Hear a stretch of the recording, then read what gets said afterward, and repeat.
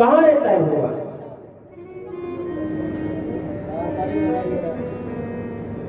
भगवान श्री कृष्ण ने अर्जुन के लिए सारी गीता का ज्ञान करा दिया। गीता का ज्ञान अर्जुन के लिए करा दिया। और अर्जुन है, अर्जुन पूछ रहा है महाराज जी एक बात मैं आपसे पूछूं? हाँ पूछो। महाराज जी एक बात बताओ, तुम रहते कहाँ हो? भगवान कहने लगे मैंने तुझे गीता का ज्ञान करा दिया, सब कुछ दे दिया, और फिर भी ये पूछ रहा है कि तुम रहते कहाँ हो? भैया मैं बहुत दूर रहता हूँ। कितनी दूर रहते हो? कि बहुत दूर। कहाँ रहते हो महाराज? घर परिवार कुटुंब परिवार कुछ तो होगा। भगवान बोले भैया मैं तो बहुत दूर रहता हूँ और सब कुछ है मेरे। कहाँ रहते हो? तो भगवान कहते हैं मेरा रहना तो अर्जुन शायद तो नहीं पहुंच पाएगा। कितनी दूर रहते हो महाराज? मैं पैदल यात्रा करूं तो पहुंच जाऊंगा कि नहीं पहुंचेगा?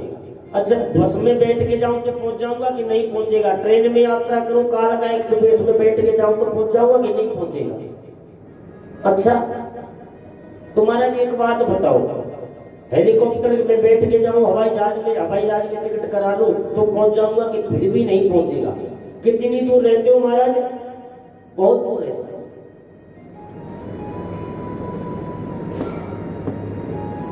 आज भगवान श्री कृष्ण कहते हैं भैया तू तो पहुंच ही नहीं पाएगा।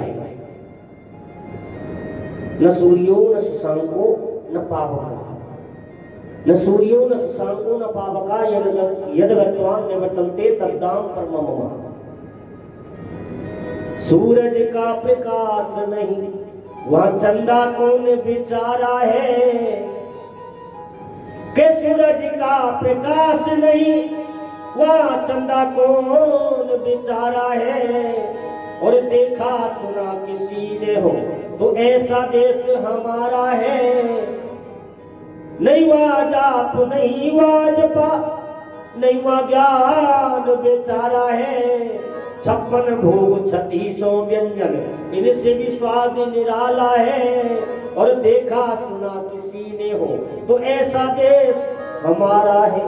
अर्जुन ऐसा निराला देश है, न तो वह ज्ञान है न वह जाप है न कोई अजपा है। और 56 भोग 3600 व्यंजन इनसे अलग स्वाद है। बहुत दूर रहते हैं, न सूर्य का प्रकाश पहुंचता है न चंद्रमा की शीतलता पहुंचती है। बहुत दूर रहते हैं, न सूर्यो न शशांको न पावक, न अग्नि की गर्मी है, कुछ नहीं है वहां पर। महाराज ऐसे देश को देखने की तो मेरे मन में बहुत बड़ी इच्छा है, मैं जरूर देखना चाहूंगा। कहाँ रहते हो? बहुत दूर। कहाँ रहते हो? कि तेरे भीतर ही तो बैठे हो। बोली सच्चिदानंद भगवान की जय। जब पाया तो निज देह में दुनिया में भटकता डोला। अपने अंदर बैठे हुए भगवान को संसार में देख रहा है। अरे जब पाया तो निज देह में दुनिया में भटकता डोला। जब पाया तो निज देह में दुनिया में भटकता डोला। जब पाया तो निज देह में दुनिया में भटकता डोला। दुनिया में भटकता डोला, दुनिया में भटकता डोला, दुनिया में भटकता डोला, दुनिया में भटकता डोला। जब पाया तो निज देह में दुनिया में भटकता डोला। जब पाया तो निज देह में दुनिया में भटकता डोला।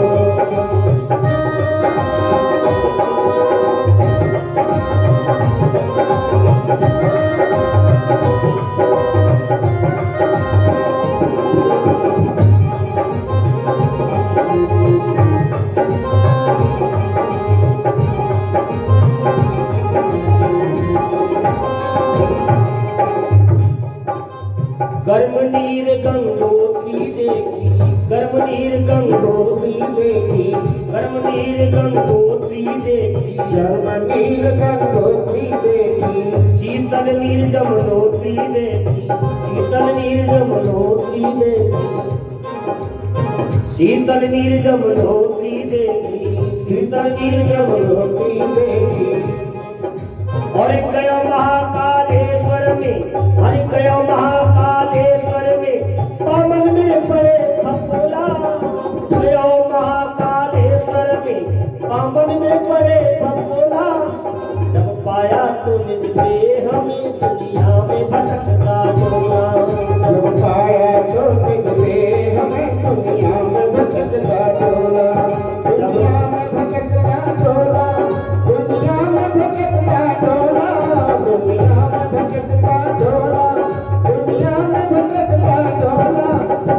पाया तो निकले हमें दुनिया में भटकता डोला, पाया तो निकले हमें दुनिया में भटकता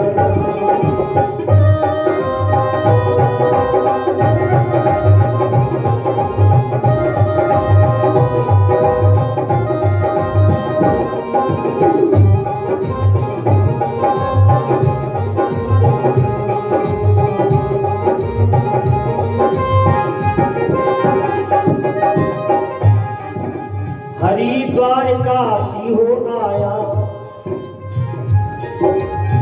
हरिद्वार काशी हो आया, हरिद्वार काशी हो आया, हरिद्वार काशी हो आया, हरिद्वार काशी हो आया, गंगा सागर में नहाया, गंगा सागर में नहाया, गंगा सागर में नहाया, गंगा सागर में नहाया।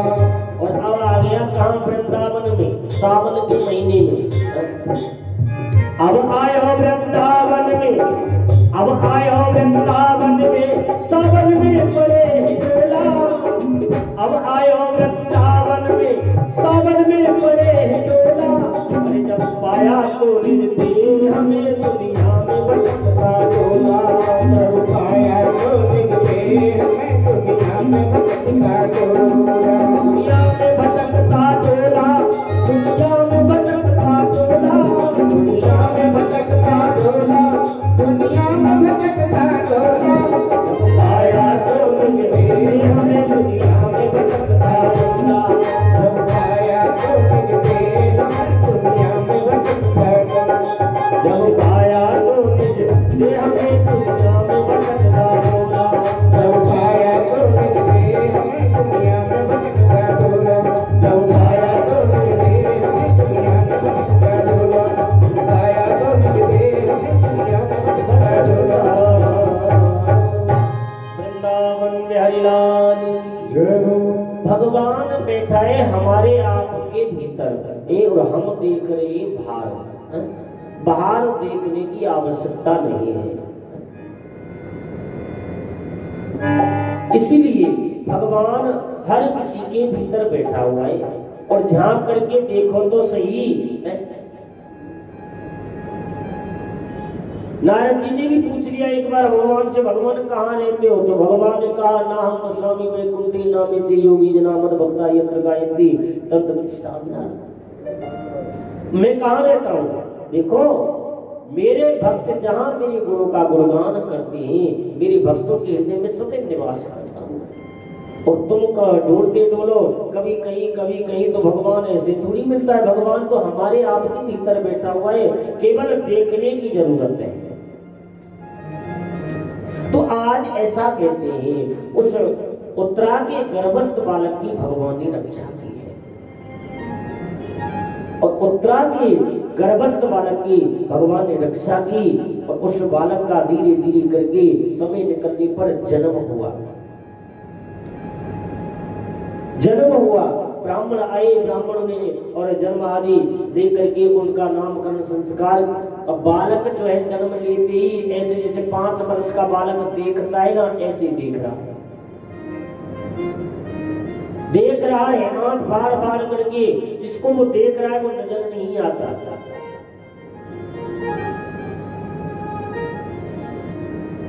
संत कहने लगे, ब्राह्मण कहने लगे, भाई इस बालक का नाम ये संसार की इच्छाओं से परे है।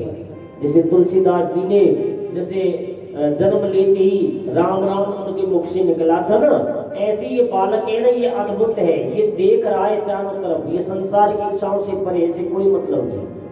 इसलिए पर माने परे, इच्छित माने इच्छाओं से, जो संसार की इच्छाओं से परे है, इसलिए इसका नाम है परीक्षित।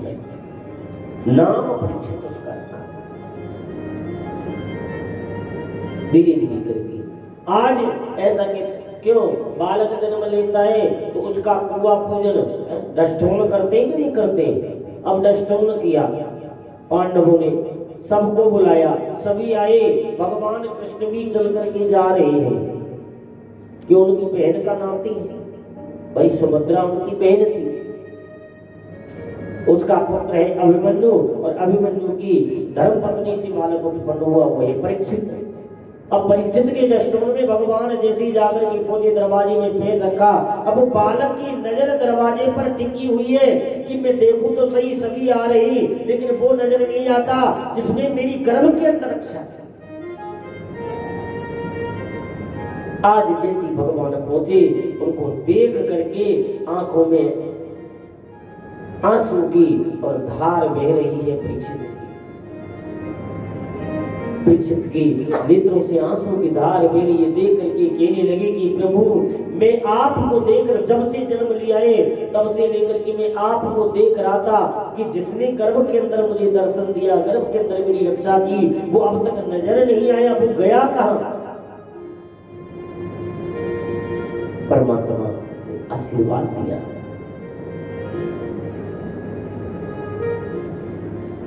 हर समय वो गोविंद हमारे साथ है। आप भूल कर जाओ कि भगवान नजर नहीं आता, दिखाई नहीं देता, है कहां बैठा है? मंदिर में है, सभी जगह है। ऐसा कोई स्थान नहीं जहां पर परमात्मा हो नहीं।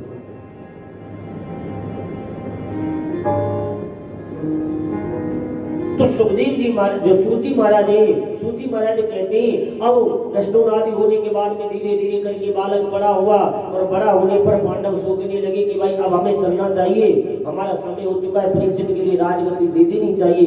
तो परीक्षित को पहले राजा बनाया, और राजा बना करके आज 5 पांडव हैं। कहने लगे भैया हम तो जा रहे हैं, वो तो हिमालय के लिए चले गए। हिमालय पर्वत पर जाकर के नकुल सहदेव गले, द्रौपदी गली, अर्जुन और भीम गले, और युधिष्ठिर की दाहिने पैर का अंगूठा भी गला था, थोड़ा सा एक झूठ बोलने पर।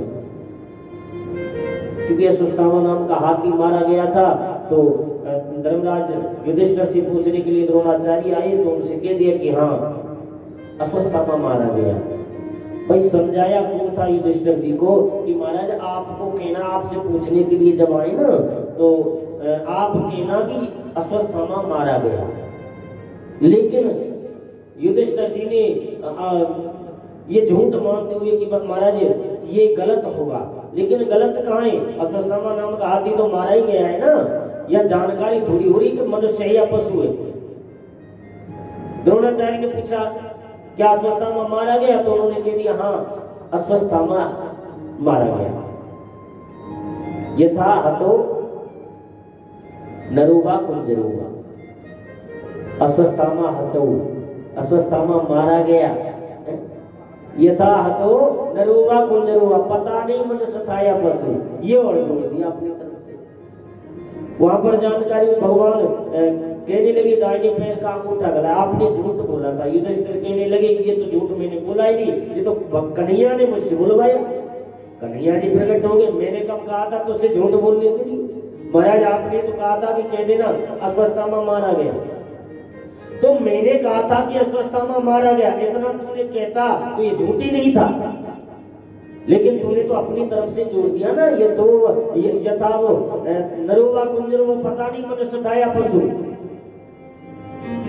जबकि तुम्हें पता था कि हाथी मारा गया है। इस वजह से उनके दाहिने पैर का अंगूठा गला है। लेकिन ऐसा कहते हैं आज परीक्षित राजा हुए, और राजा बनकर के आज जैसे ही परीक्षित राजगद्दी पर बैठे, पांडवों ने जाते समय कहा बेटा ये 7 दरवाजे, 7 दरवाजों में से और 6 दरवाजे खोल लेना, 7वां मत खोलना। एक दिन परीक्षित जंगल में शिकार के लिए गए, और जाकर के देखा रास्ते में एक गाय है, एक बैल है। गाय और बैल को देख करके विचार कर रहे हैं।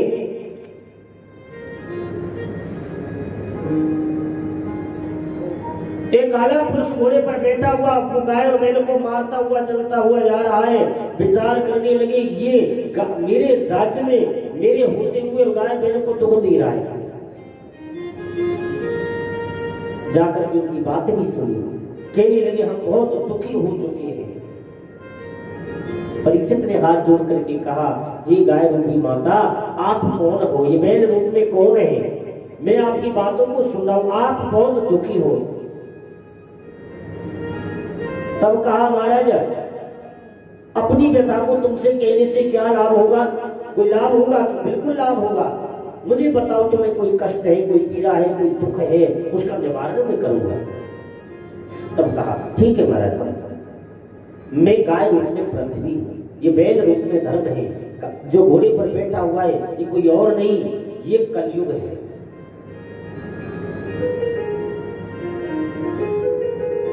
ये कलयुग है।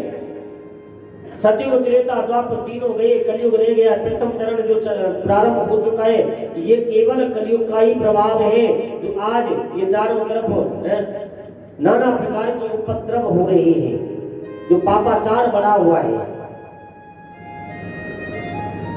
तो कलयुग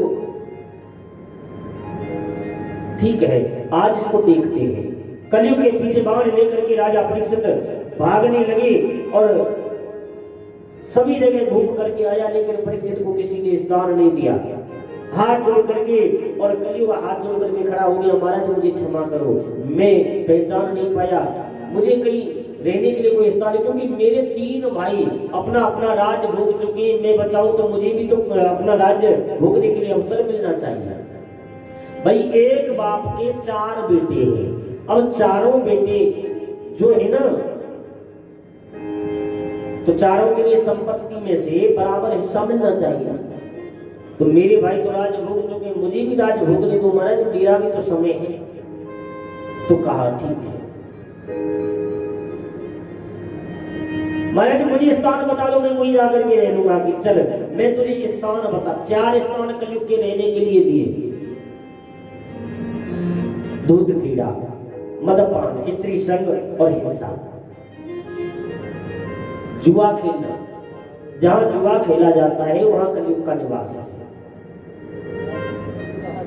मदपान, जहां पर शराब आदि पी जाती है, शराब जहां पर पीते हैं वो कलयुग का वास है। स्त्री संग, तमाम वेश्यालय आदि है, जब भोग विलासता की वस्तुएं पाई जाती हो वो कलयुग का वास है। हिंसा, जहां पर जीवों को मारा काटा जाता है, जीव हिंसा होती है, वो कलयुग का वास है। कलयुग कहता है महाराज 4 स्थान दे दिए, सब बुरे स्थान दिए, एक आध स्थान तो ऐसा दे दो जहाँ कोई अच्छा सा स्थान हो आपके पास में, आपकी नजर में, तो अच्छा सा स्थान दे दो मुझे, जब मैं जाकर के। ठीक है, कहाँ रहेगा? कि मेरा निवास स्वर्ण में दे दो। तब कहने लगी, भाई सोने को तो अच्छे लोग भी पहनते हैं, भाई सभी कि महाराज ऐसे नहीं। भाई जो चोरी लूटपाट कर के लाया गया हो, डकैती डाल करके लाया गया हो, छीन करके लाया गया हो, किसी के पास से लेकर के चोरी करके लाया गया हो, ऐसे सोने में ही कलयुग का वास है। कि ठीक है भाई, जैसी तेरी इच्छा तू चाहता है, कलयुग में जो कलयुग तेरा वास हो। स्वर्ण में कलयुग का वास है, 5 स्थान दे दिए। अब लौट करके आई, आकर के अब कलयुग भी बदला लेने के लिए घूम रहा है। एक दिन परीक्षित ने सोचा कि 7 दरवाजे बताए, 6 दरवाजे नहीं खोलूं, 6 को नहीं खोलूंगा, 7 में कोई खोलूंगा। 7वां दरवाजा जैसे खोल करके देखा तो मुकुट पड़े हैं उसमें। एक मुकुट उठा करके सर पे रखा, दर्पण में देखा, और दर्पण सामने आ जाए ना व्यक्ति के, तो दर्पण में तो बड़ा बड़ा मुंह बना के इधर से उधर, कभी बालों की कंघी निकाले, कभी कुछ करे, बड़ा अहंकार। दर्पण क्या है? दर्प माने घमंड, यानी कि जिसे देख करके घमंड आ जाए, अभिमान, अहंकार, गरूर आ जाए, वो दर्पण है। तभी तो ज्ञानी पुरुष संत महात्मा जो होते हैं ना, वो दर्पण कम देखते हैं। अब तो दर्पण ही अब चलाए, बाकी पहले तो जल में अपनी छाया देख करके ही दर्पण का काम करता था। क्यों? देवऋषि नारद ने जाकर के जल में तो देखी थी अपनी शकल, जो बंदर की बनाई थी भगवान ने। तो जिसे देख करके घमंड आ जाए, गरूर आ जाए, आज ऐसा कहते हैं उधर पे। तो परीक्षित ने लेकर के मुकुट को रखा, दर्पण में देखा, बनाई अहंकार रूपी नजरों से जब देखा, अब कलयुग विचार कर रहा है कि भाई इसके सर पे जो मुकुट रखा है ये जरासंध का है, जो जरासंध को जीत करके लेकर के आए थे छीन करके। अब तो मेरा, क्योंकि ये छीन करके लाया हुआ मुकुट है, अब मैं अपना अवसर नहीं खूंगा। कलयुग आकर के मुकुट में बैठे और शिकार खेलने के लिए परीक्षित चले गए। जंगल में जाके पहुंचे, घूम रहे, लेकिन कोई शिकार नहीं मिली, क्योंकि कलयुग मन नहीं लगने देता। घूमते हुए भूख लगती हुए, प्यास लग रही है, सब कुछ लग रही है, लेकिन अब कहीं भोजन तक नहीं करने दिया उस कलयुग ने। सर पे कलयुग बैठा हुआ है। फिर सोचा पास में संत का आश्रम है, वहां पर चले। अब संत के आश्रम पर गए और जाकर के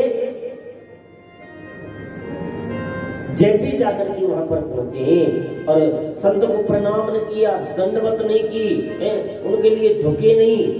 अब संत के लिए नहीं झुके, ये कौन कर रहा है? कलयुग कर रहा है। झुके नहीं, दंडवत प्रणाम नहीं किया, विचार करने लगी, अरे महात्मा खड़ा होकर के मेरा स्वागत करे, मुझे जल पिला, मेरे नाश्ते की व्यवस्था करे। तू जानता नहीं मैं चक्रवर्ती सम्राट हूं। कौन कह रहा है? परीक्षित नहीं, उनके सर पे बैठा हुआ कलयुग। कभी कभी हमारे आपके अंदर भी आ जाता है। हम कोई जाते पहुंच गए, अरे ये तो बड़ा महात्मा है, अरे ये तो बड़े बड़े नेताजी है, मैं भी तो बड़ा हूं ना, मेरा भी तो सम्मान होना चाहिए। ये क्या है? ये अहंकार, ये कलयुग है। तो आज जैसे ही जाकर के पहुंचे, अब संत का तो क्यों, संतों की तो ऐसा होता है, उनका जो ध्यान होता है वो केवल भगवान के चरणों में होता है। समीप ऋषि बैठे हुए थे ध्यानस्थ अवस्था में, ध्यान लगा हुआ, परमात्मा से तार उनका जुड़ा हुआ है। उन्हें कोई मतलब नहीं, कोई आए कोई जाए, कोई मतलब नहीं है, उनका परमात्मा से प्रेम जुड़ा हुआ है।